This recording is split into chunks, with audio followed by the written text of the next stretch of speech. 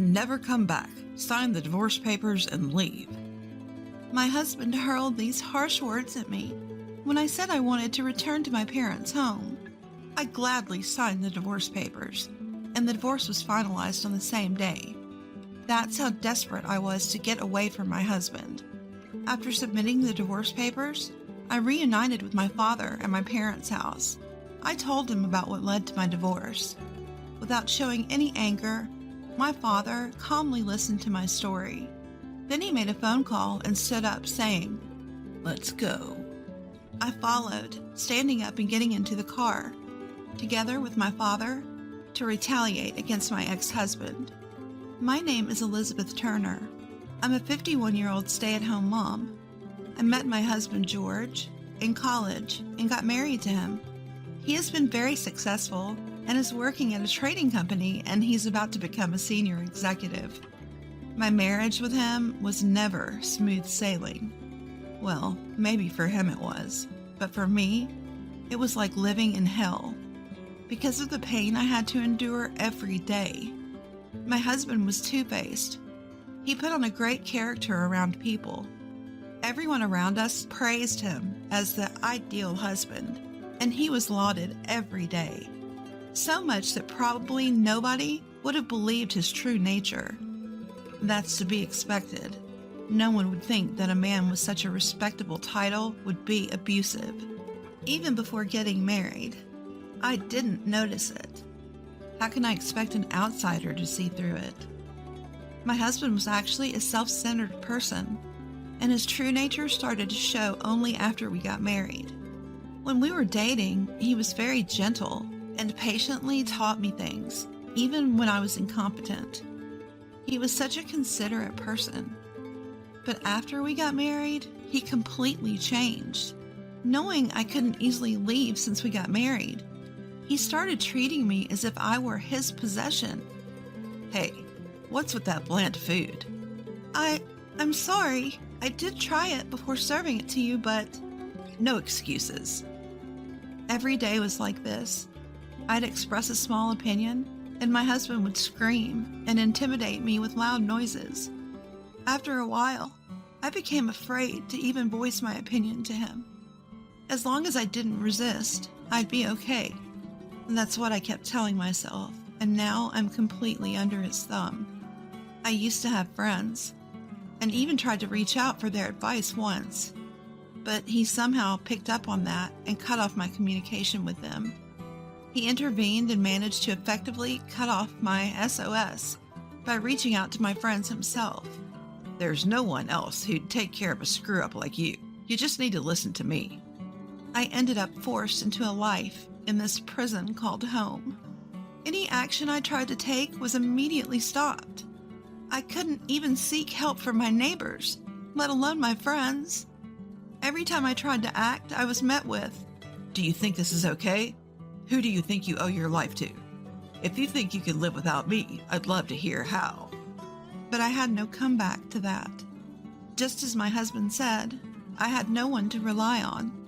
My mother was no longer alive, and while my father was, he wasn't the kind of person I could easily rely on. To be precise, I didn't even know where my father was. When I was young, he left me and my mother.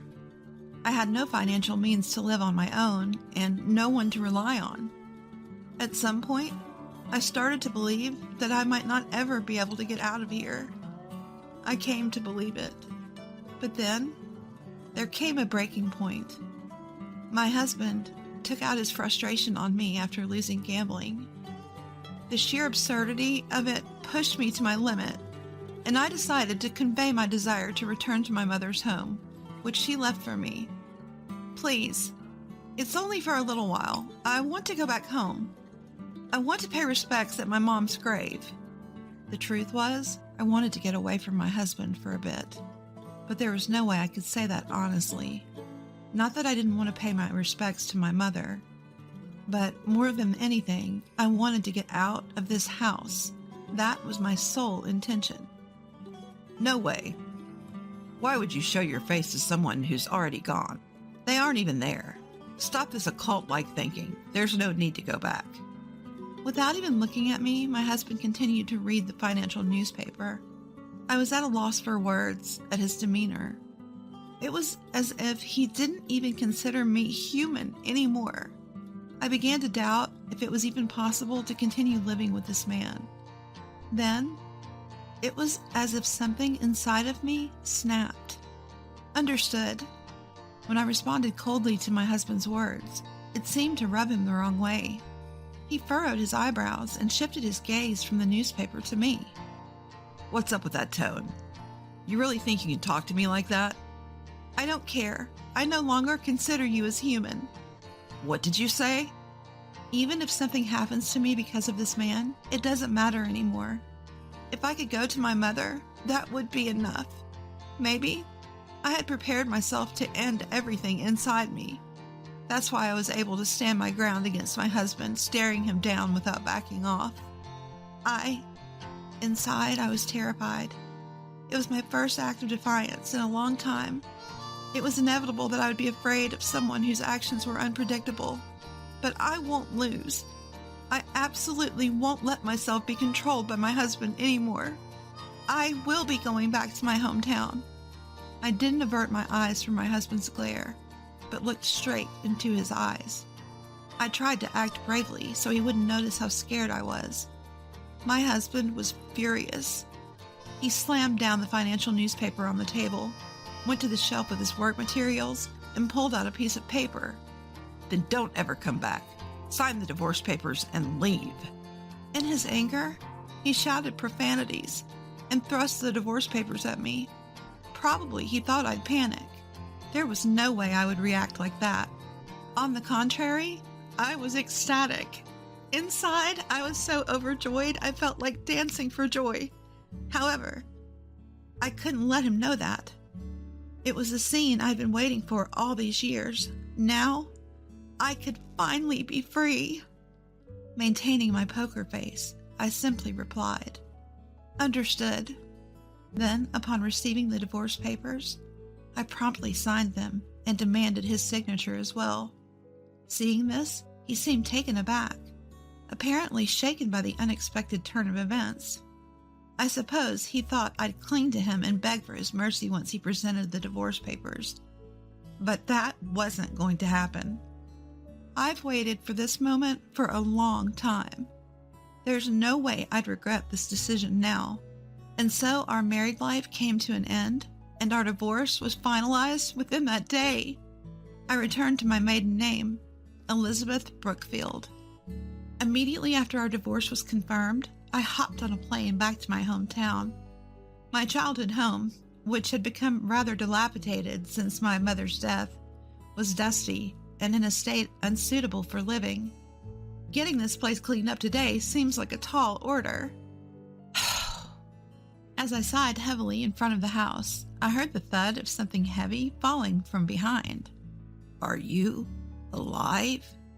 Turning around at the unexpected exclamation, I saw an elderly gentleman in a gray suit standing there.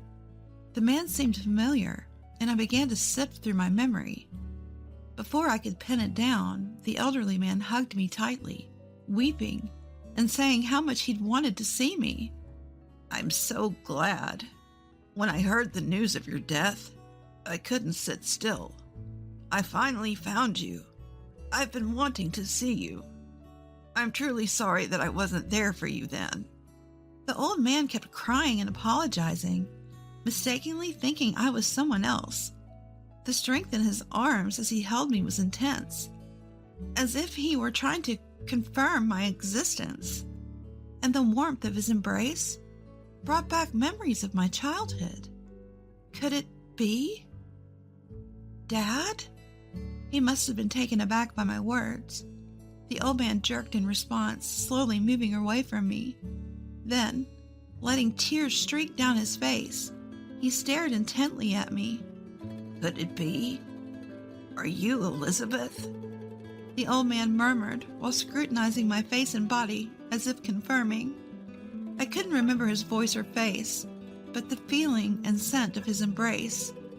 Instinctively, I realized that he was my biological father, Matthew. I knew it, Dad. I've always wanted to meet you. The moment I realized he was my real father, I hugged my long-lost father again. I had no idea where he was. All I remembered was his name. My mother had staunchly refused to tell me his last name, making it impossible to find any clue about my father. Elizabeth, I'm glad you're doing well. Realizing I wasn't his wife, my father was momentarily taken aback, but then he quickly accepted me and hugged me back. I'm hanging in there. I'm relieved to see you're well too, Dad. I'm sorry. I left you and your mother, and I. During the war, my father had eloped with my mother and raised me. Despite having managed to escape to a place in rural America where nobody knew us, as the heir to a wealthy family, my grandparents couldn't just let my father go. It seemed that before I was old enough to understand, they took him back home. Mom always cared about you, you know. Huh? When I was a child, I asked my mother once, Mom, don't you resent Dad? Why would I? Because he left you behind, didn't he? It's sad that he just left you behind and went somewhere else.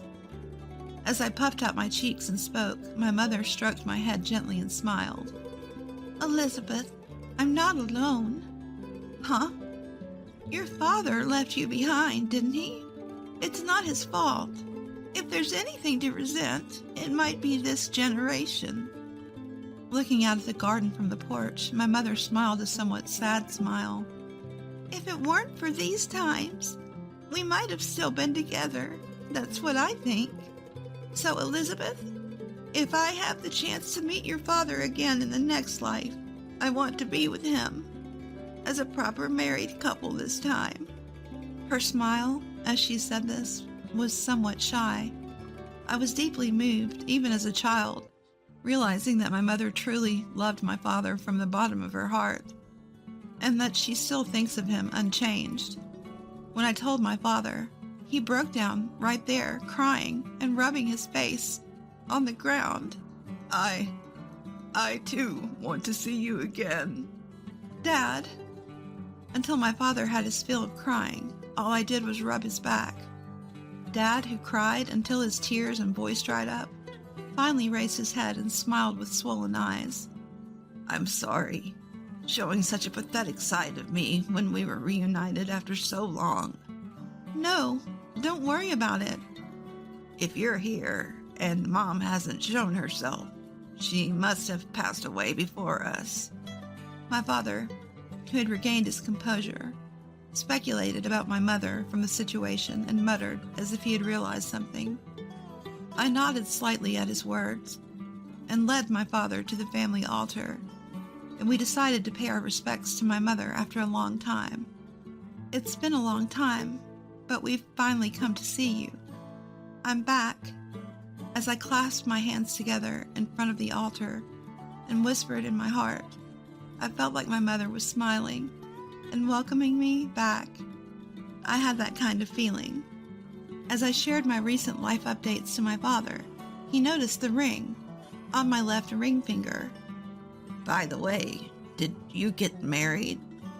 The ring, a symbol of my love with my ex-husband that I'd completely forgotten about, felt like handcuffs to me now. I felt a sense of disgust for the ring, and as I removed it in front of my father, I answered his question. I was, but I just got divorced. Divorce? Did something happen? I was really torn whether to be honest with my father, who looked worried. There's no guarantee that he would believe me. He might even take my ex-husband's side and tell me to stop the divorce and try again. As my anxiety spiraled in me, my father seemed to sense it. He placed his hand on my head and gently stroked me as if to dispel my unease. I want to protect you, to make up for not being able to do anything for your mom. I might be a helpless father, but will you talk to me? I'm on your side. The warmth and kind words of my father naturally brought tears to my cheeks. I don't ever remember receiving such kind words during my marriage life. It's okay to rely on someone. Feeling as though my mother was also urging me on, I decided to tell my father everything about the mistreatment I had received from my ex-husband. After I finished my story, my father stayed silent for a while, not attempting to respond. Should I have kept it to myself after all? I regretted my decision and was filled with anxiety. As he watched me, my father abruptly stood up, seemingly deep in thought. Elizabeth, follow me. Huh? Where are we going? Just come. But, without further explanation, my father instructed me to follow him, and we both got into a waiting car. I had no idea where we were headed, but while I was pondering this, my father was on the phone with someone. Hey there, it's been a while. I've got something to discuss about your son. We're on our way back home now. Could you come over? I appreciate it. It appeared he had invited someone over to the house, but who could it be? My question was soon answered. It's been a while, Mr. Patterson. You look well, Mr. Bennett, and it's been quite some time, hasn't it, Elizabeth? Father-in-law, is that you? The unexpected visitor to my father's house was my ex-father-in-law. Why on earth was he here? Did he and my father know each other? As I stood there puzzled, my father chuckled awkwardly. I'm sorry. Hearing your story made me a little irate, and I failed to explain the situation properly. Actually, Mr. Bennett and I are drinking buddies. We met through mutual friends. I knew he had a daughter, but I had no idea that it was you, Elizabeth. What a surprise! My ex-father-in-law burst into hearty laughter, a stark contrast to my father, the gentleman. Who would have thought that these two very different men could be such good friends? Who could have imagined such a turn of events? As I stood there dumbfounded watching them chat merrily, my father coughed lightly to get my attention. The reason I called Mr. Patterson here is that we need to discuss his son, your ex-husband. Something about George. What happened? Did something happen between him and you, Elizabeth? He probably hadn't been informed about the situation. My father-in-law's eyes sparkled as he gazed at me with curiosity. Honestly, both my father-in-law and mother-in-law were wonderful people, and it pained me to tell them we were getting divorced. But, with the support of my father and late mother, I steeled myself to convey everything.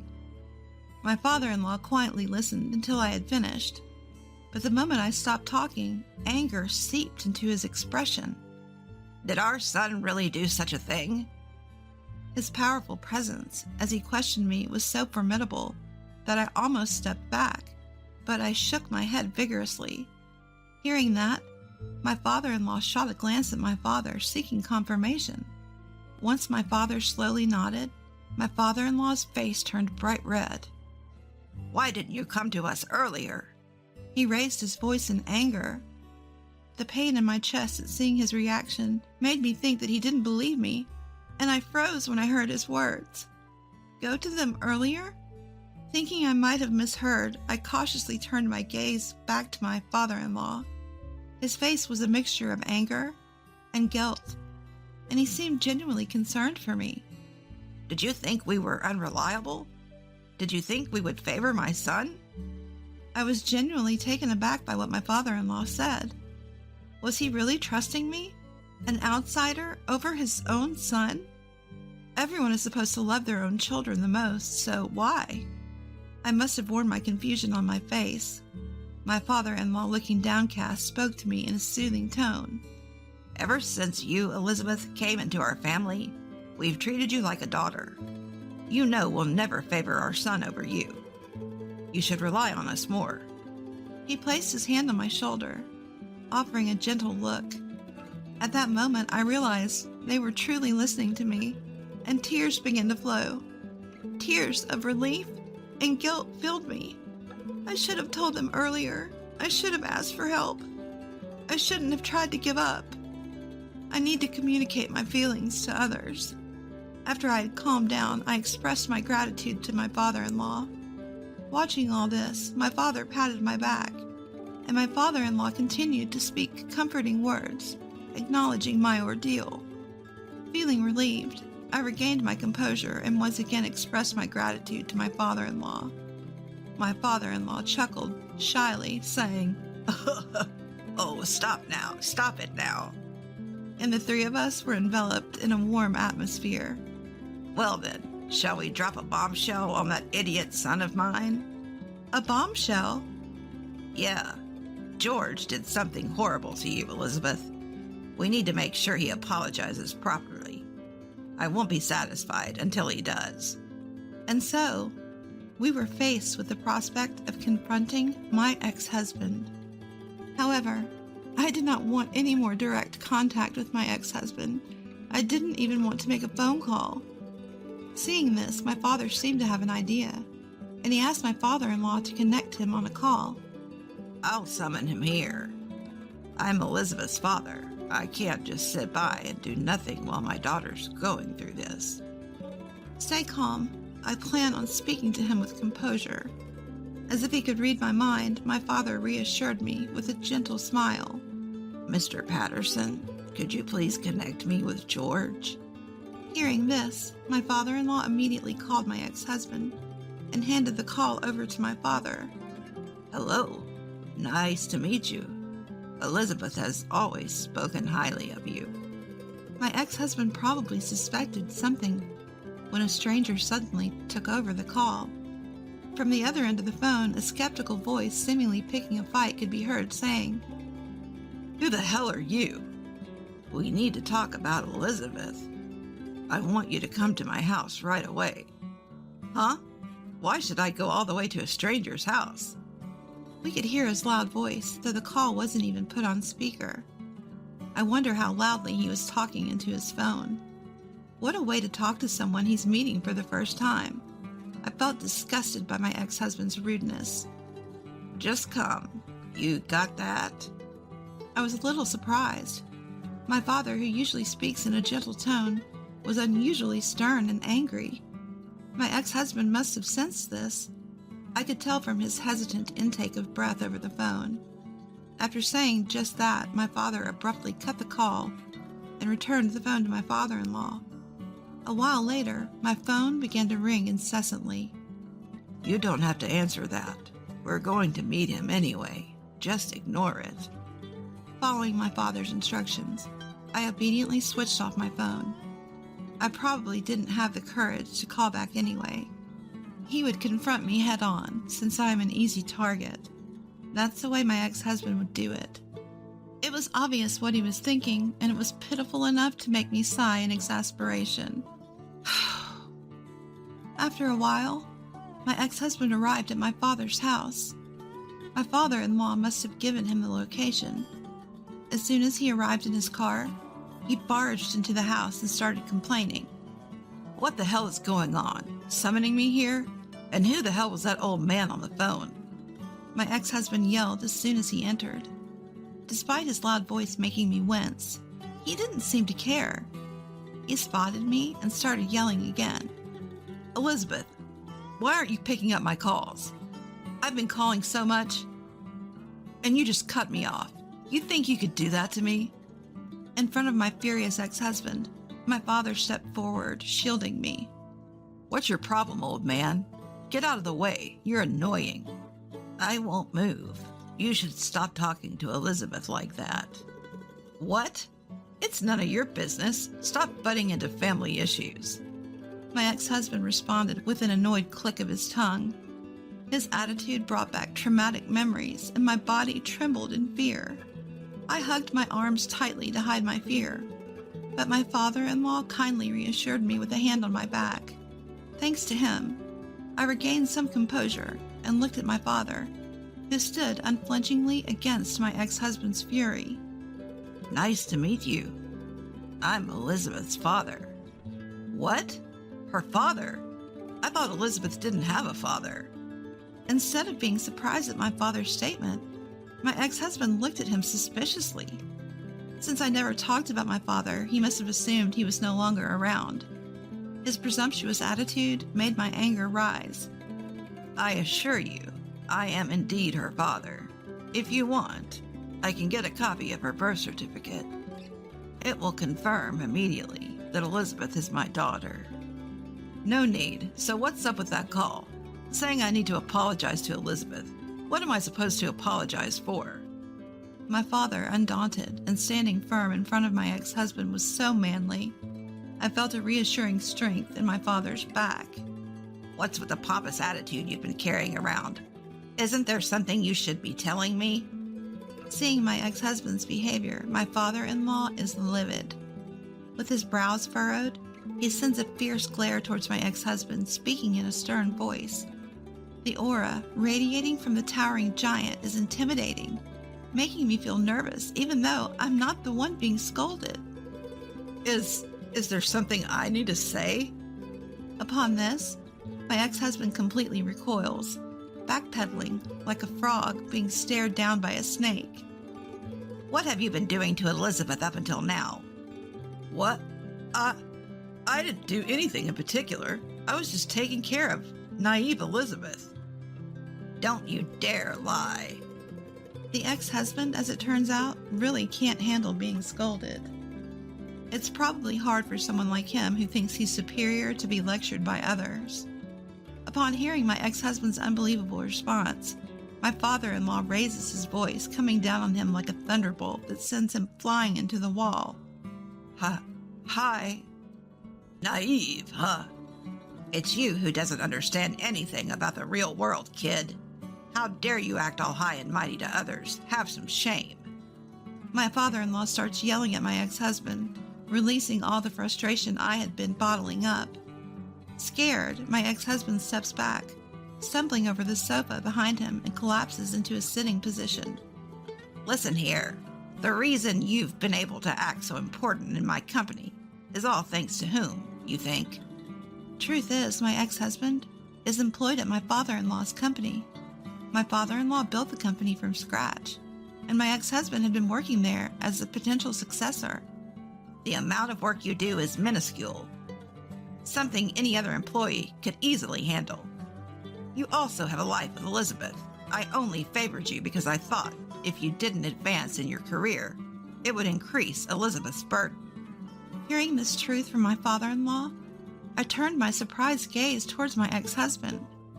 He had been boasting to me all this time that the company can't function without me. Turns out that wasn't quite the case. I married such a pitiful man. I felt my ex-husband becoming smaller and smaller. Perhaps it was a mistake to keep an inflated ego like you in the company. Dad, what do you mean? I'm firing you. What? Certainly, I was astounded by the shocking statement, and so was my ex-husband. I thought it was an unrealistic proposal to suddenly talk about firing him, but... We have proof that you embezzled the company's money, George. I was planning to discuss this with Elizabeth, and now this. I'm done turning a blind eye to your foolish antics. One after another, George's misdeeds were being revealed. Even I, normally composed, was taken aback, looking at George with incredulous eyes. Wait a minute. I admit I screwed up. Dad, and Elizabeth too. I was an idiot. Not appreciating what you've done for me. I was stubborn, and that was my mistake. It seems he finally understood the situation. George clung to me in tears, pleading pathetically for forgiveness. Looking down on him, I managed to maintain a polite smile. Could you refrain from addressing me so casually, please? My cold tone, unlike anything he had heard from me before, must have shocked him. He froze, merely looking up at me in surprise. You and I are done. Please don't call me so intimately. Ideally, I'd rather you didn't touch me at all. Elizabeth, what the hell are you talking about? He couldn't believe the resistance I was showing. This was the first time I, who had lived in fear of my ex-husband, had reacted this way. He seemed as shocked as if he'd been bitten by his own dog. It was comical. I couldn't help but let out a chuckle. Oh, did you not hear me? Should I repeat myself then? Bending down to my ex-husband, who had collapsed in a heap, I whispered coolly into his ear. Just seeing your face makes my skin crawl. Please, disappear from my sight. With that one statement, I poured out all the grievances I had endured, and then I left my ex-husband's side. What followed happened in the blink of an eye. He was taken away by my father-in-law, a shell of a man, and even after returning home, he was constantly grilled. Both my father and I were astounded at George, who was experiencing a worse hell than the marriage life I endured. He truly got what he deserved. Thus, I exacted my revenge on my ex-husband and successfully cut him off. I hired a lawyer to fight for hefty alimony in court after the divorce. I had been documenting all the emotional abuse I had endured and handed over the diary and the recordings I had made just in case. My ex-husband offered to resolve things by talking to me directly, but I firmly refused. I never wanted to see his face again. With the help of my lawyer, I ensured that I wouldn't have to meet him. Then, I was informed that it was almost certain that I would win the case. I felt relieved and decided to fully enjoy the rest of my life. My father-in-law fired my ex-husband on charges of embezzlement and cut off all ties with him. My ex-husband cried and begged, but he was turned away at the door. They didn't even bat an eye at him. After that, I decided to live with my father. Through my father, I kept in touch with my father-in-law and others, and we are now closer than when we were married. At first, I was hesitant about living with my father. I thought it might be strange for me, an adult, to depend on my father. But then my father offered me some comforting words. If you're okay with it, how about we spend the rest of our lives together in your mother's house? With those words, my father and I embarked on many trips to make up for the time we couldn't spend together as a family. We traveled not only within the States, but also abroad. We wandered all over the country. I wanted to show my late mother, who loved to travel, various beautiful sights. So we always carried a photo of her on our trips.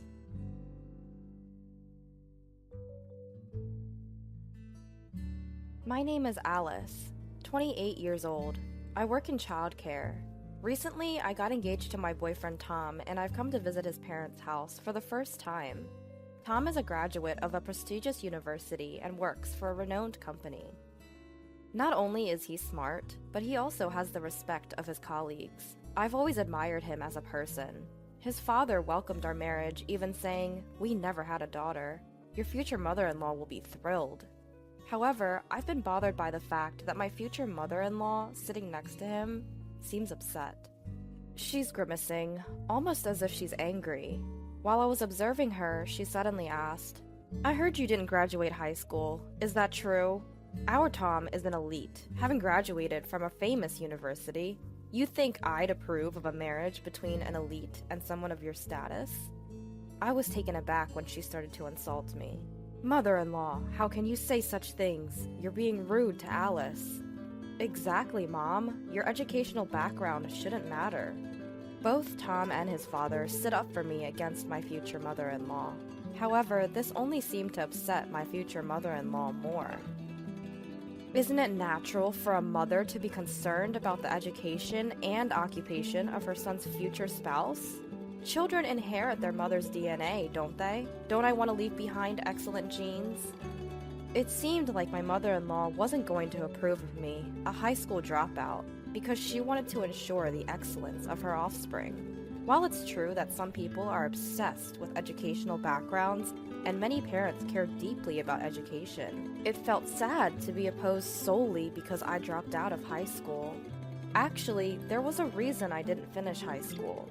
I grew up in a single-parent home after my father died in a traffic accident. My mother was frail, and she had a hard time raising me and my twin sister, Emma. Wanting to alleviate my mother's burden, I started working after middle school. Now, I'm attending night school to get my high school diploma. I'm saving up money, and I can even go to college if I want. Tom is supportive of this, and he even offered to help pay for my college education. Tom understands my home environment, and if I want it, he will pay for my college expenses. Tom is such a kind person, and that's one of the reasons I decided to marry him. But my future mother-in-law seems to dislike this.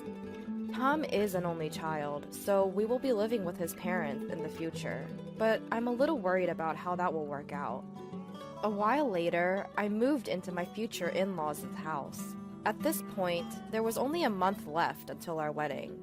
As the wedding day approached, I had to make more trips to the wedding venue for final checks. I had to make sure to reserve hotels for our guests who would be coming from afar. Between work, school, and wedding preparations, I was very busy. But my mother-in-law didn't seem too pleased with how I was. Today, I was applying makeup to head to the venue, and she suddenly exclaimed, "Oh my, what on earth are you wearing?" My mother-in-law, catching sight of my outfit, had blurted it out loud. I'm about to head to the venue, so I thought I'd dress up.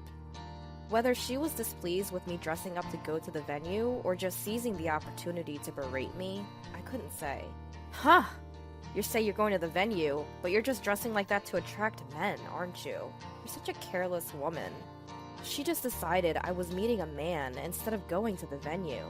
I was at a loss for words. I told her I was meeting Tom at the venue, and if she had doubts, she could ask him, but she just assumed I was meeting a man. Then, the next moment, my mother-in-law did something outrageous. She messed up my carefully styled hair. Hey, what are you doing, mother-in-law? I spent so much time getting ready. This is terrible. With my hair a mess, I couldn't go out and had to fix it. But seeing my disheveled hair, my mother-in-law cheerfully said, "There's no need to fix it. This hairstyle suits a high school dropout, poor woman like you. You should wear your hair like this for the wedding." Since I was already running late, I quickly fixed my hair and headed to the venue where Tom was waiting. Tom was waiting for me at the entrance of the venue and seemed concerned about my downcast expression. I was torn whether to tell him what happened earlier, but I thought it wasn't good to talk about something so depressing when we were about to discuss the ceremony, so I decided not to tell Tom at that time. One day, when it was almost time for the wedding, my mother-in-law suddenly made this suggestion. "Hey, Alice's mom lives far away, doesn't she? It must be tough for her to come, and she'll have to pay for her hotel. So why doesn't she stay at our house?" Tom and I were both surprised by my mother-in-law's sudden proposal.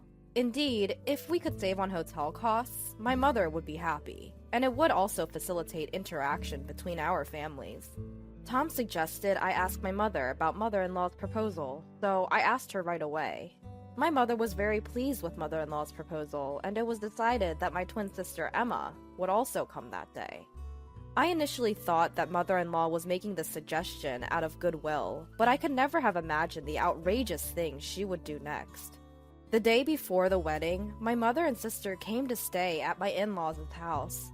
Seeing my mother and sister, whom I hadn't seen in a long time, made me very happy. I have a particularly close relationship with my sister, and we were so happy to see each other after a long time that we decided to sleep together that night. Emma, who had been drinking, fell asleep right away. No matter what happens, Emma won't wake up once she's like this. Just when I was thinking that, it was getting late and I should get some sleep too. I suddenly felt the door to our room open. As I was wondering what it could be, I heard a loud buzzing sound, followed by the noise of something being shaved. Haha! Now you won't be able to attend tomorrow's ceremony, will you? No need for hair for a poor middle school dropout. The moment I heard that, shocked, I turned on the room lights and said, "Mother-in-law, what are you doing?" The person in the bed suddenly sat up, startling my mother-in-law as well. Huh? Mother-in-law? You're Alice, aren't you? She seemed to have mistaken me for Emma. That's not my hair. We're twins, and our faces really look alike, but it wasn't me whose hair was shaved with clippers. It was my sister Emma. What? No way. Why? Wasn't it Alice? My mother-in-law seemed to be in shock, but Emma, who had apparently drunk too much, was sound asleep. When she wakes up in the morning and realizes her hair has been shaved off, Emma will surely be very angry. Unlike me, Emma has a strong temperament, so it's obvious she'll be furious. What will you do now, mother-in-law? I'm not going to cover for you. Feeling guilty, perhaps, my mother-in-law left the room with a pale face. The next day, Emma looked in the mirror and was shocked and furious to find that she was bald. Our mother, who was present at the scene, also shed tears in shock, and Tom could not hide his disturbance. "It's terrible! Who on earth did this?" So I revealed everything that had happened yesterday in front of everyone. I was wondering what kind of face my mother-in-law would wake up with this morning, but she wasn't there. According to my father-in-law, she said she was going for an early morning walk and hadn't returned yet. I thought she had run away, so I revealed everything to our relatives and decided to search for mother-in-law. About 30 minutes later, I got a call from a relative saying they had found her in a nearby convenience store, and my father-in-law headed for that store. My mother-in-law, who had no idea she was being searched for, full of excuses as soon as she came home. "I didn't do anything. It's all Alice's fault. Alice used the clippers on her own and cleanly shaved off Emma's hair while she was sleeping next to her." To my surprise, my mother-in-law was trying to pin the blame on me. This shocked me, and I couldn't help but retort. "Don't be ridiculous. I didn't do anything.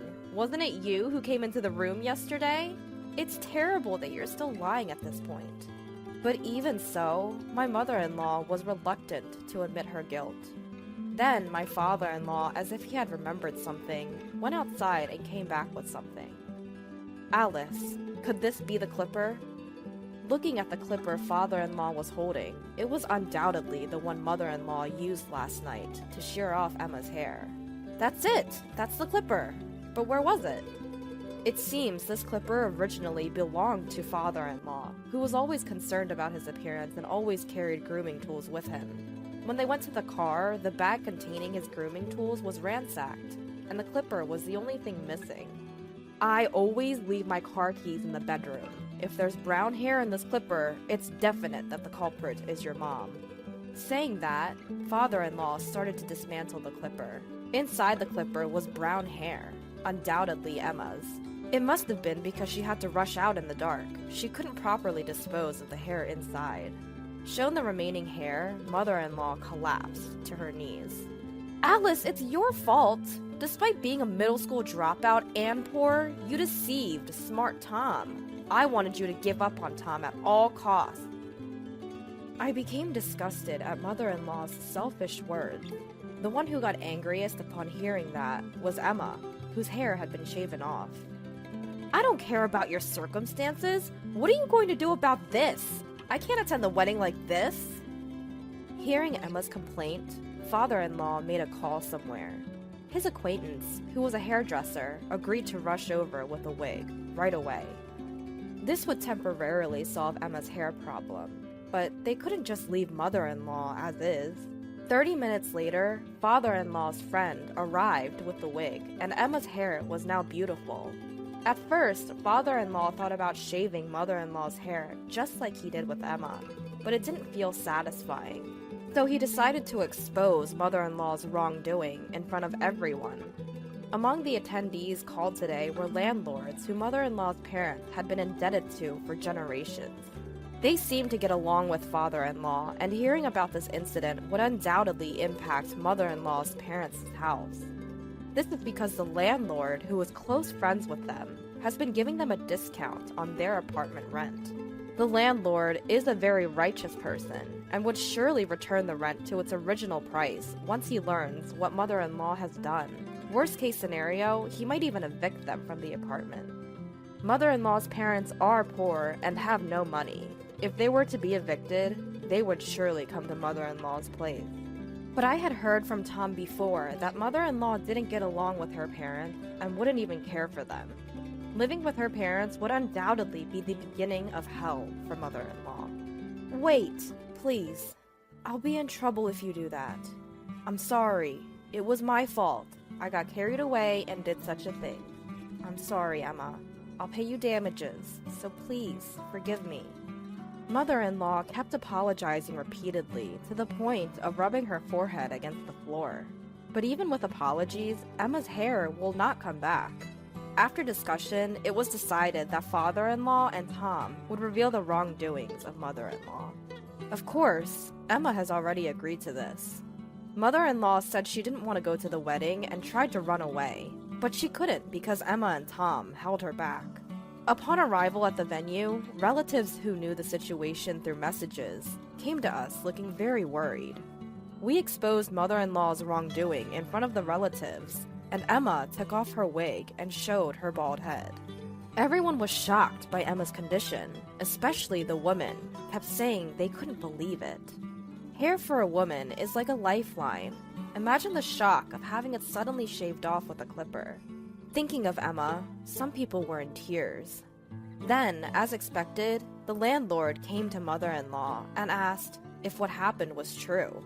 At first, mother-in-law tried to deceive him, but father-in-law urged her to tell the truth, and she finally confessed. The landlord, flushed with anger, was also accused by the woman. After that, mother-in-law remained downcast during the ceremony, which was unimaginable from her usually spirited self. The wedding itself ended smoothly, and it was a great joy to be blessed by many people. However, we can no longer live with mother-in-law in that house. It's only natural, but we decided to move into an apartment and live as a couple. Mother-in-law was panicked about us leaving the house. She cried out that it was her fault and begged us not to leave, but we can't live with her. But father-in-law felt the same. He told mother-in-law that he was going to divorce her and asked her to leave the house. Mother-in-law turned pale and clung to father-in-law, saying, "Please reconsider. Where will I live if I leave this house? You know, don't you, that I'm not getting along with my parents. If they find out about the divorce, they'll definitely tell me to come back for their care." She was trembling as if she could collapse at any moment. But when I think about Emma, I don't care about mother-in-law. I never dreamed that my hair would be shaved off while I was sleeping and mistaken for me. Mother-in-law persistently tried to persuade us afterwards, but since father-in-law contacted mother-in-law's parents, she reluctantly left the house. Currently, mother-in-law is living with her estranged parents and seems to be taking care of them. But apparently, her parents have a difficult personality, and mother-in-law is being completely worn out by their selfishness. She has called us several times to say she wants to start over, but we have no intention of living with her, so we just blocked her calls. Now, we are living happily with father-in-law in his home. The house was quite old, so we decided to renovate it together. Father-in-law built his dream study. Tom created a place to display model figures, and I decided to install a state-of-the-art kitchen. Of course, we also created a room for the child who will be born in the future, and now the three of us are living comfortably. Emma's hair, which was shaved at that time, has now become short, and it seems to be highly rated by her friends as a good change of image. She talks about that time as if it were a joke, telling various friends, and it actually complicates my feelings more. Emma, for her part, occasionally comes over for sleepovers at our family home, and I look forward to that. There may be many difficulties in the future, but I believe we can all work together and push through.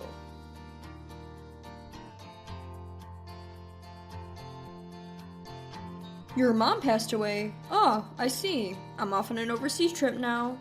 That's what my husband, who's been working away from home, blurted out on the phone after I had informed him of my mother's sudden passing. Not only was he not returning home, he was going on a trip abroad. I was in disbelief, but an even more unbelievable event occurred 3 days later.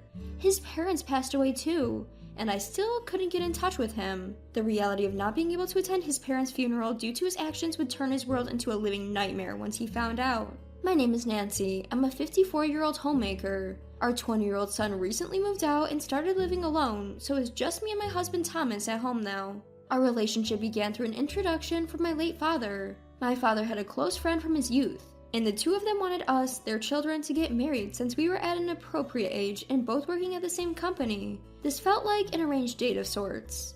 We found that we had a lot in common, like loving the same music and enjoying traveling, so we hit it off right away. With the encouragement from our parents, we decided to get married quickly. We were blessed with a child and had a smooth married life.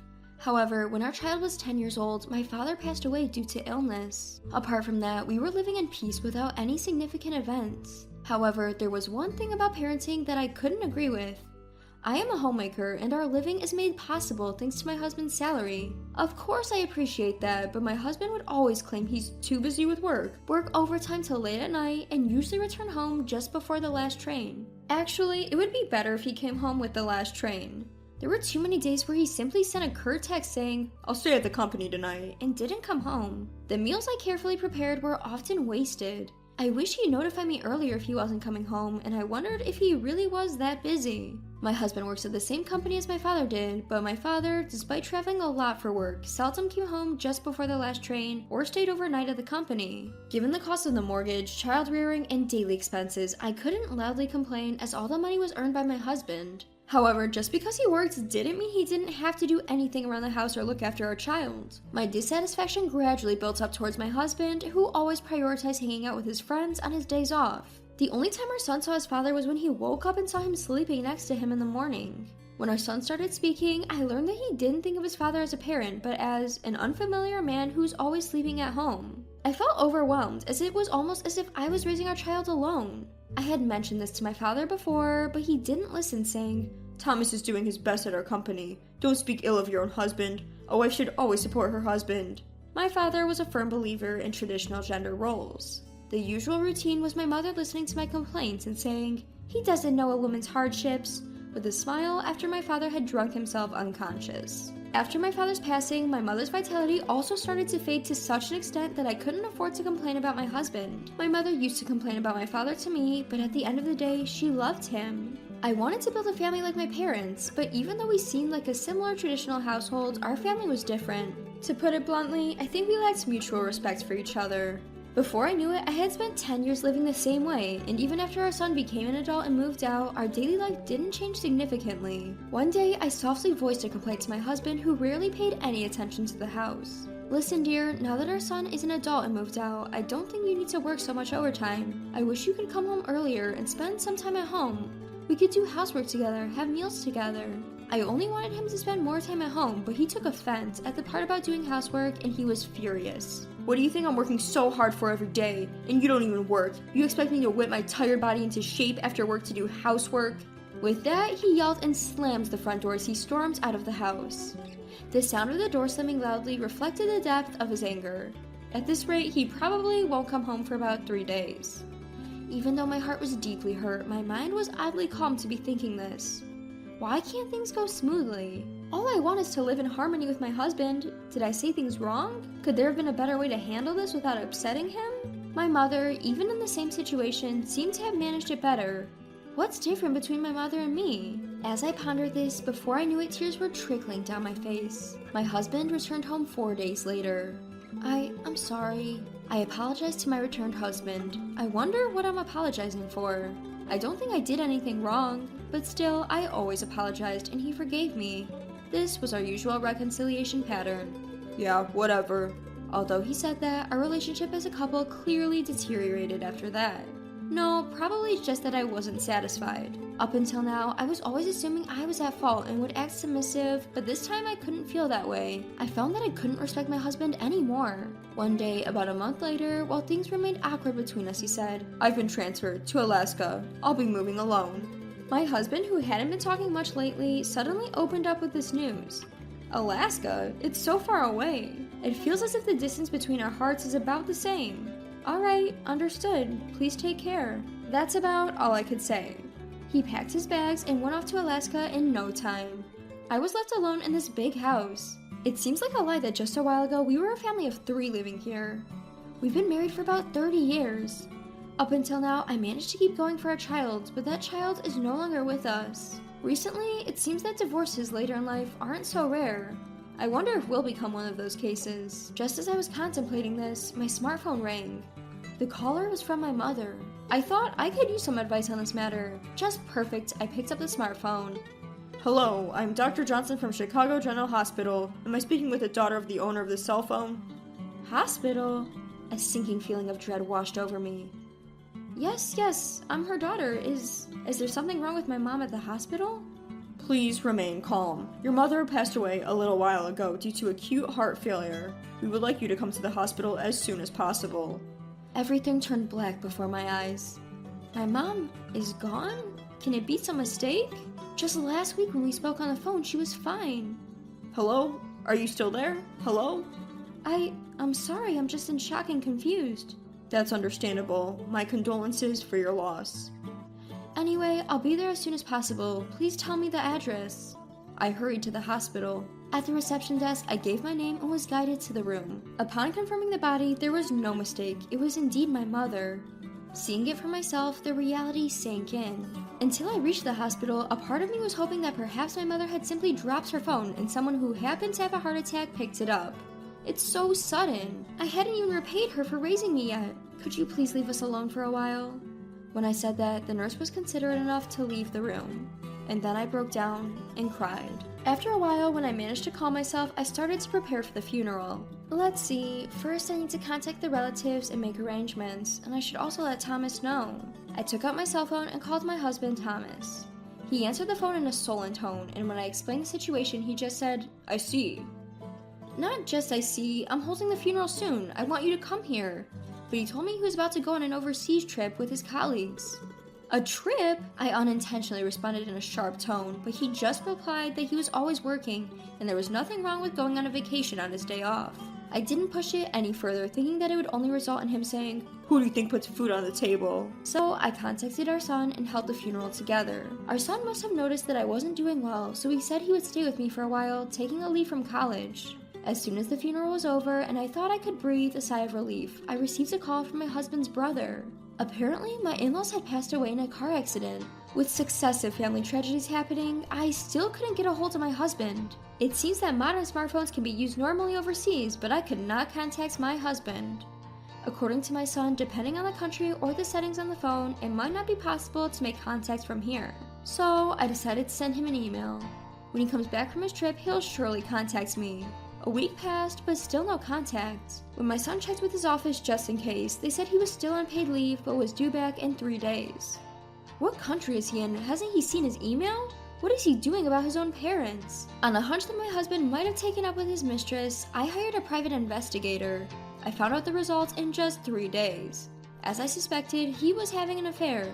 My husband took a woman he met on a trip to Japan as it was and let her go sightseeing. I received several photos of him happily strolling around the city with this foreign woman. It seems he's having a pretty good time in his new work assignment in Alaska. I wondered what I had been being considerate of. Was it concern for my husband who was working hard for the family? In reality, he's just a fucking bastard who goes abroad to play and has an affair. This might not be the first time. I was filled with rage, perhaps partly due to all the patience I had been practicing till now. I called my husband's office and told the receptionist I had an urgent matter that needed to be connected to him. "Hello, what's the matter? I told you not to call me at work unless it's important." Didn't you check your email? Our parents are dead. You mean your mom, right? You told me about it before. Are you still upset about that? I finally got some time off. Can't be helped. No, I mean your parents. They died in a car accident. What? Are you kidding? Why would I lie about something like this? You said you just came back from abroad, but I heard you've been back for several days. Why haven't you been checking your emails from me? My husband seemed lost for words, seemingly unable to accept the reality that was suddenly thrust upon him. Hello? Are you listening? Yeah. His voice was trembling. While he had no qualms about skipping my mother's funeral, he seems to be shaken by the death of his own parents. But the funeral's over and their bodies have already been cremated. It's too late for regrets. I didn't feel any sympathy and I said coldly, "You better get back here as soon as possible." I thought I heard his hoarse reply, but I hung up without acknowledging it. "Mom, what happened?" "He's coming home now, and just so you know, I'm divorcing your father today." "What? Why all of a sudden? I get that you're mad he's not contactable during his busy time, but isn't divorce too extreme?" I explained everything to my son. It was a harsh reality to lay on our child, but he's an adult now. I thought it would be better to explain everything clearly rather than make up some weak excuse. This can't be defended. I'll stay by you, Mom." With my son's support assured, everything was ready. Then my husband came home. "I'm home." His tone was the usual arrogant tone, but his voice was noticeably lacking in vigor. He might be just a pitiful man who lost both parents at once and couldn't even attend their funerals, but I've got something to say. Your brother was pretty steamed, you know. "It can't be helped. Even after returning to Japan, I was busy entertaining clients." Quite a young client, isn't she?" Saying that, I showed him the picture I'd gotten from the private investigator. "Where'd you get this?" Look at you, arm in arm and having a good time. If this is really a client, did you pick up some new tricks? It seems like this isn't your first time. Sounds like you've got women everywhere. I dropped the bombshell. The effect was immediate. So I was busted. My husband confessed without hesitation. Must have figured there was no point trying to cover it up. I continued to pile it on. Not only not seeing my parents, but not even attempting to visit your own parents in their last moments? Shut up. You have no idea how much stress I'm under at work. I'm working my ass off to support this family. Yes, even you who never lifts a finger, you're not faultless. My husband showed no shame, instead going on the offensive. You're the worst. I'm ashamed to call such a man my father. Let's be done with this. Let's get a divorce. I'll be filing for alimony later. I'll send your personal belongings from this house by FedEx. I'll be relieved to be free from a leech like you. I'll pay the standard alimony, but don't expect any more than that. I thought I'd been doing everything for my husband, but was he thinking of me as a parasite? What had I been putting up with all this time? Taking into account the money spent on his numerous affairs, I decided to claim $45,000 in alimony. Whether he could afford it or not, he paid it in one lump sum. Since I used to report the money I spent and my husband would pay me back, I had no idea how much he had. However, due to the fact that he had been finding mistresses abroad, bringing them back to Japan, and partying around, and couldn't even attend his own parents' funerals, word spread through the company, forcing him to resign. He was in a decent position at the company, so he probably thought highly of himself. In reality, he got into the company through his parents' connections, and my husband, who didn't have any special skills, ended up having to settle for part-time work when he couldn't find another job. According to my brother-in-law, losing his family and job all at once, and now having lost his parents as well, and not even being able to say goodbye to them, seemed to be driving my husband to the edge. He can't sleep unless he takes sleeping pills and is reportedly seeing a psychiatrist. I didn't feel any sympathy at all. My son, who had said he'd stay with me for a while, returned to our family home, worried about my physical and mental exhaustion from the divorce turmoil. I think I'll live modestly with my son. Thinking about the future, I should have saved the alimony, but I really wanted a change of pace, so I decided to go on my first overseas trip with my son. After that, I think I'll start working part-time. The more I think about challenging something new, the more excited I get. My life is just beginning.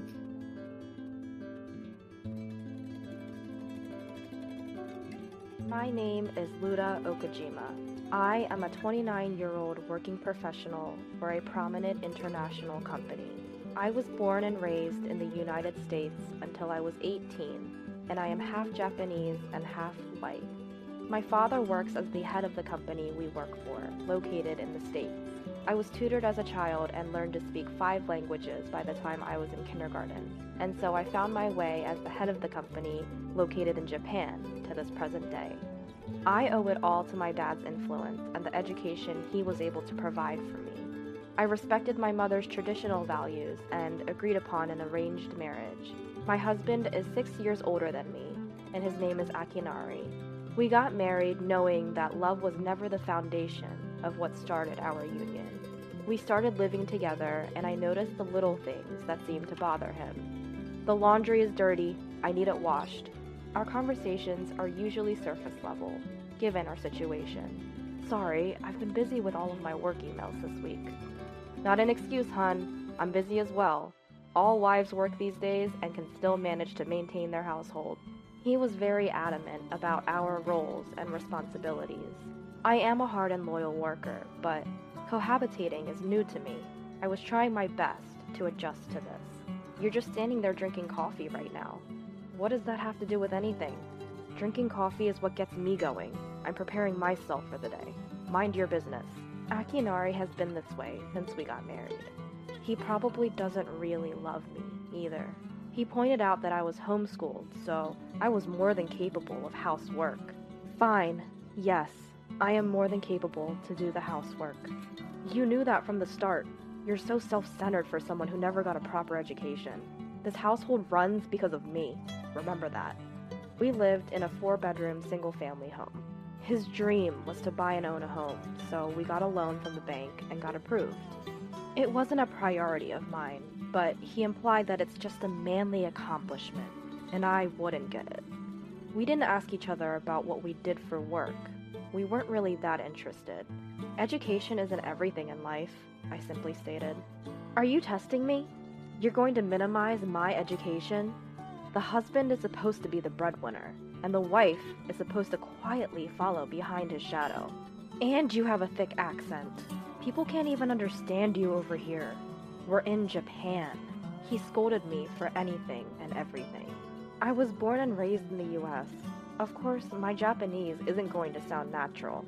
My mother tried her best to help me with the diction and pronunciation. I spoke 5 different languages. I know I'm not going to sound like I'm a native from Japan because I'm not. My husband didn't know this about me, so he assumed I was just dumb. I'm off to do the laundry. I had the day off and Akinari will be leaving for work in an hour. He's a huge germaphobe and often reminded me by saying, "You need to wipe the toilet seat with bleach after every use." He watched me like a hawk to make sure I cleaned and wiped down everything after each use. When we first started living together, I remember I would walk into the house with my shoes on, which is normal for anyone who lives in America.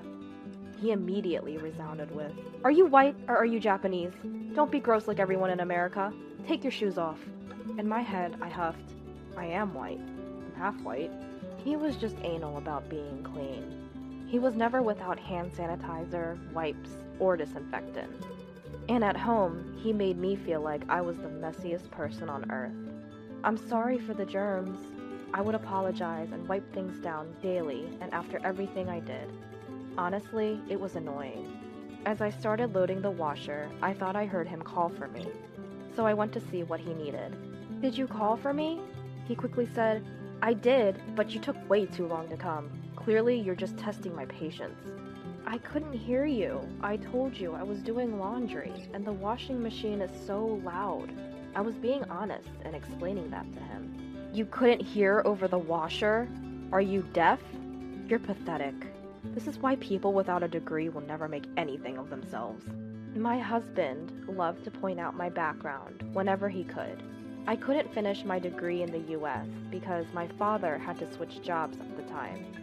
As soon as we settled in Japan, I had to earn a degree in order to get a job. I passed the entrance exam at a community college willing to accept me, and I earned my degree there.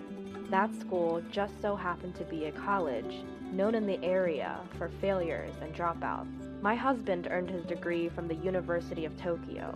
Being from America, it's not like I knew that meant it was such a huge deal. I only found out after we got married that it's the best university in Japan. But I don't care about things like that. I think the value of someone is more than just their degree. Is it really that bad that I studied and graduated from a community college? What about everyone else in Japan who went there? Is that how you think of them too? I was beginning to question his morals. What's wrong with being a graduate from a community college? There are plenty of capable people in the world, regardless of which university they graduate from.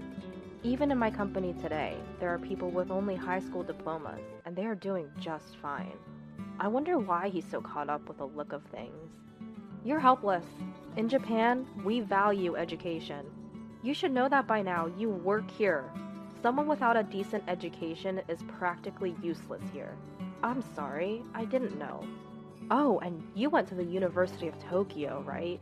Isn't that the best education anyone could receive? The University of Tokyo. Ha! Yeah, it's incredible. I can't help but laugh because you don't even know just how impressive it is. I'm embarrassed that I married someone who isn't as smart as I am. If it weren't for the fact that my mom just so happened to know your mom, I wouldn't have gone through with this marriage. Someone like you does not deserve someone like me. He tends to talk a lot about himself and always redirects it to what I'm lacking that he isn't. He likes to make me feel inferior. In my opinion, people like him should be the least worthy of succeeding at their jobs. But strangely enough, having his educational background was enough to allow him to succeed. Even though I couldn't understand where he was coming from, I told him, "I understand. Someone like me doesn't deserve to be with someone as smart as you. Whatever. You just need to do what I tell you to do. I am an alumni of the University of Tokyo, so I will teach you. Just don't do anything yourself." He has a big ego and likes to be in control. I can't even try to slightly disagree because he will always have the last say. "All right, It's about time to go to work. Akinari packed his suitcase without finishing his coffee and was out the door. I looked at the table and started to clean up. Isn't this table clean enough? I muttered to myself. 3 hours after my husband left for work, I received a call. Hello. What? With a subcontractor?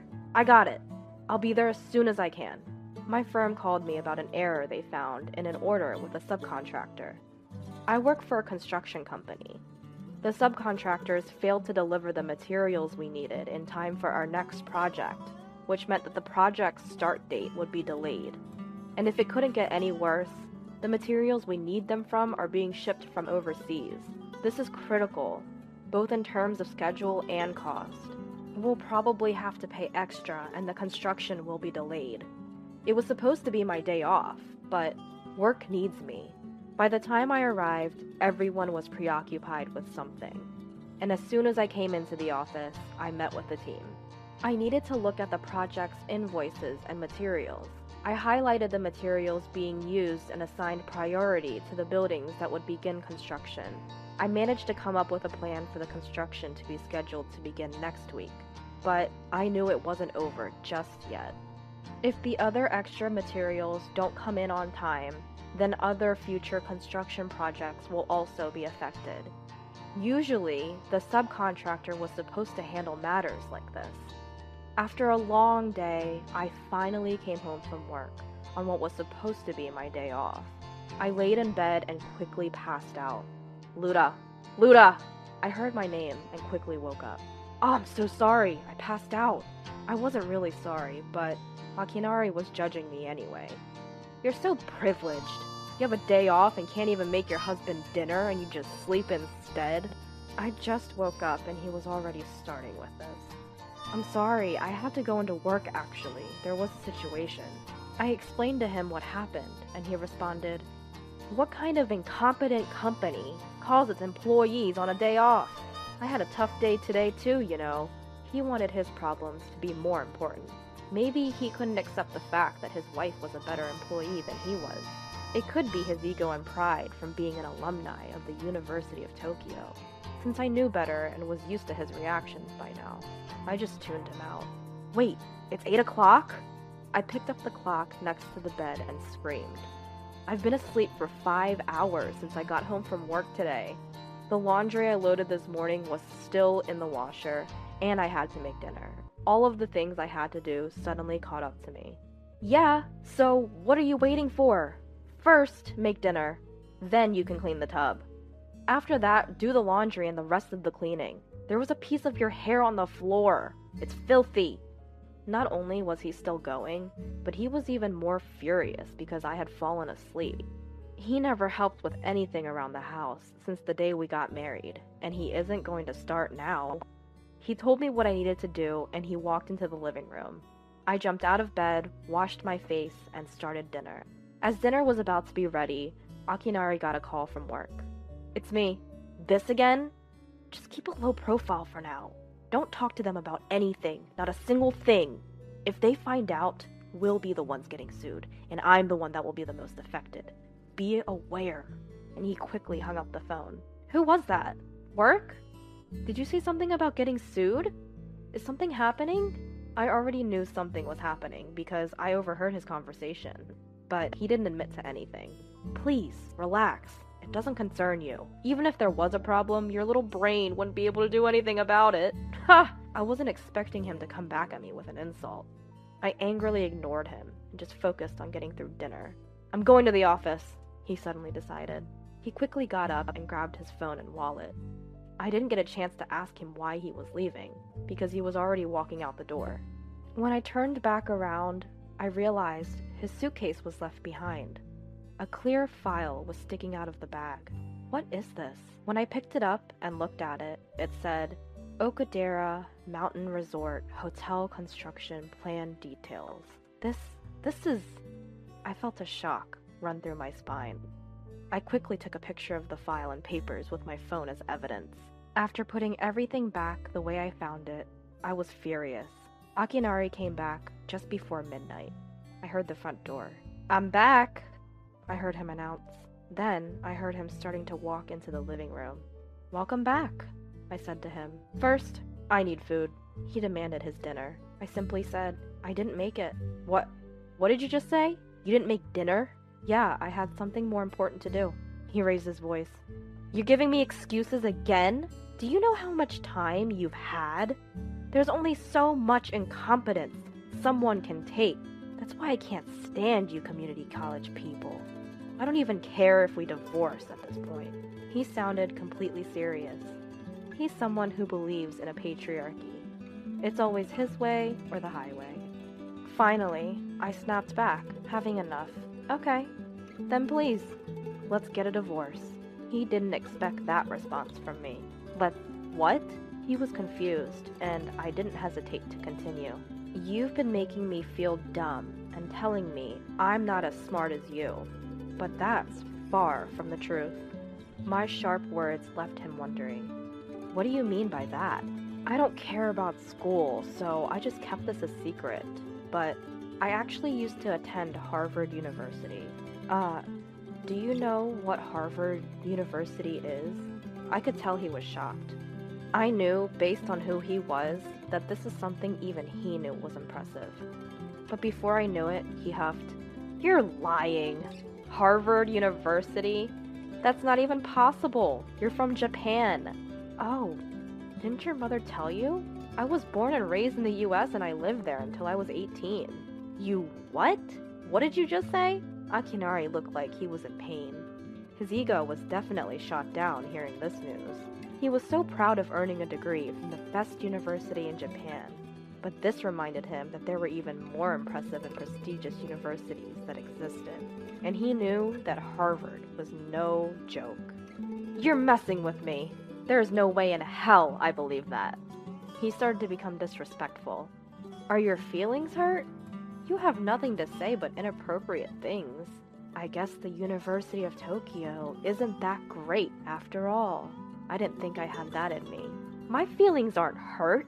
I just need proof. Show me the proof." He just needs to see it for himself to believe it. So I showed him a photo of me I took at freshman year orientation. "Do you know how to read English? The sign says Harvard Don't mock me! I can read that." And he went to study the photo himself. "Do you believe me now? Why did you keep this from me? If I knew this, I would have never married you." "If you had known." "Do you really need to be smarter than your wife? Just to keep your own ego? And your mom really never said anything? Both of our parents know who we are." "Well, I didn't bother to ask either. It didn't matter to me." "Me? Trying to keep my own ego?" "No." He didn't want to admit to it, and he continued. "And no, my mom didn't tell me anything." "And what do you mean you didn't care? That means you weren't interested in me at all in the first place." He started to act like the victim. "Isn't it low of you to look down on people based on their education? I know I don't seem like it, but I can speak 5 languages. English, Japanese, Spanish, French, and Portuguese. How many can you speak? You graduated from the University of Tokyo, and you're so smart. Tell me, can you talk to me in a different language? What does smart mean to you anyway? What's so impressive about the University of Tokyo?" I started to tease him. He started sweating. 5 languages? Really? Why would someone like you go to that community college then? It's like you did it to mess with me. And don't even start. I am superior to everyone else because I went to the University of Tokyo. He stubbornly clung to his claims. Clearly, where he went to school was very understandably to be respected and impressive in his eyes. I wanted to keep going, and I could tell in his eyes he was frustrated. "It's because you judge people based on where they studied. You get what you deserve if you judge people based on just that. It's more valuable to have someone who can genuinely work well, regardless of their background. That's why I'm the vice president of my company." He struggled to find the words as he was processing this. As far as he knew until now, he was always on a level above me in life. It seemed to shift things into a different perspective for him. "Forget it. I have something more serious I need to talk to you about." I needed to get back to the main issue at hand. I knew the conversation was leading to planning out the divorce, but there was something else I needed to handle first. You need to talk to me about something more important than this? Akinari was shocked, wondering what else I even had to say. I handed him the file I found earlier. Tell me what this is. Before he could finish, I answered for him. This is the detailed plan for the Okadera Mountain Resort Hotel construction project. I know it was the special project he was working on at work. How did you? I saw it sticking out of your bag, so I looked. You looked at my private work files? Do you know how important this is? If this ever got in the wrong hands. What? Are you afraid of being sued by my company and having the truth exposed? Is that what would happen if it ever got in the wrong hands? Akinari was speechless. He looked at me wide-eyed. We have both been too uninvolved with each other. That document is a joint construction project agreement and contract between my company and yours. See where it says cooperating company and XX company? XX company is the name of my company, and I'm the vice president, I admitted with a smile. His mouth swung wide open, and I could see a bead of sweat drip down his face. He started to panic, and he pretended to look over the document. No, that can't be right. My assistant must have made a mistake in the ordering of materials or something. Are you now making excuses? You just admitted to the mistake in the ordering. I didn't even say anything about that. We were trying to figure out what happened and realized that there was a mistake in the order since we suddenly couldn't get in touch with your company. We were planning to confirm it later, but now you've just confirmed it yourself. That statement and confession is all that I need. He put his hand up to his mouth, probably to try and keep himself from admitting anything else. No, it's too late now. And from what I heard on the phone, you seem to be the person responsible for this. You can't place your orders correctly, and you try to cover your mistakes. You can't even handle the construction schedule. It's safe to assume that a University of Tokyo graduate simply can't work well, the way you make it seem. Or do you still think you're just so smart? He immediately cut me off. Damn it! Why does my wife's company have to be the one better than mine? How is this even possible? Ugh, this is ridiculous. I am smart and capable because I graduated from the University of Tokyo. You know it! He cried to himself. I calmly replied, Well, I never thought of you as someone smart, I stated. Oh, come on. The look on his face makes me sick. I'm the vice president and handle the entire project. Therefore, I am stopping all transactions with your company and claim damages for this project. And on a different note, I will also be filing for divorce. I told him all 3 actions that were to take place. Please, anything but that. My husband, who was usually disrespectful, was now begging me with his palms together. What do you mean when you say anything but that? Any, and all of those things, all of them. My life will fall apart all at once. All of them. All of them? Then it's not just that one thing now, is it? I couldn't help but laugh at his incompetency this time. He watched me laugh at him and felt ashamed of himself. I no longer choose to be involved with such an incapable person, as a couple or a company. Just give up and walk away with your dignity, I advised. Then he realized he was out of options and clung to my leg. Was this his last attempt at trying to save himself? Please, don't leave me. Don't leave me. The high and mighty confident guy I once knew was now being the opposite. He was like a child being kicked out of his parents' home as punishment for bad behavior. I ignored him and made a phone call instead. Hi, President. I'll explain the details later, but I found the person responsible for that mishap on the project earlier. Yes, I'll be sure to claim the damages thoroughly. Okay, bye. After I hung up, he let go of my legs slowly and stared down at the floor. I wanted to go to bed, so I didn't say a word to him and headed to my bedroom and just left him there. The next day, when I woke up, my husband was nowhere to be found. Before I headed to work, I went to the courthouse to get the divorce paperwork. I got the documents I needed and kept them in my purse. I wanted to have him sign the papers after work. When I arrived at work, there was a dispute in front of the entrance. I saw Akinari and some men shouting, and I heard Akinari's voice over them. I'm so sorry.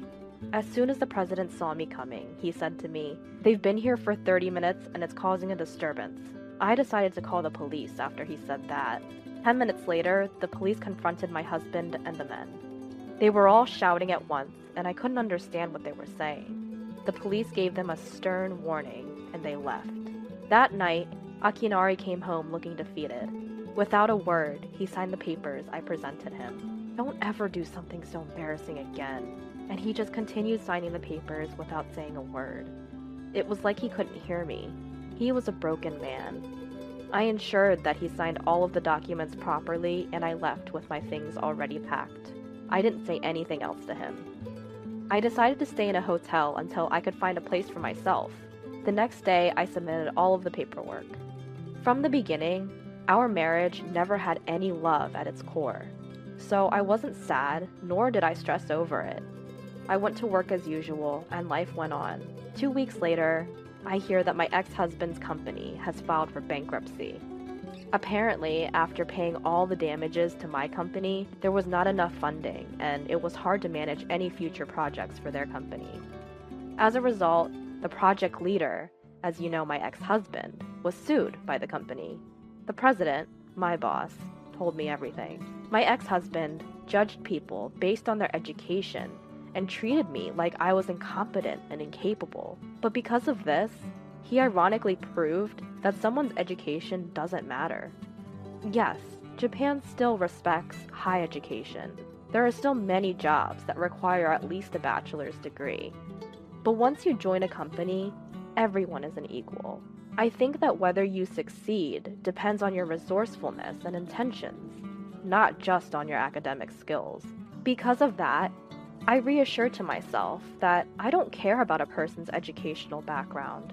I don't think going to Harvard is particularly impressive. I think it just depends on how dedicated you are. Keeping that in mind, I will continue with my own dedication and intention, and I know that I will continue to succeed.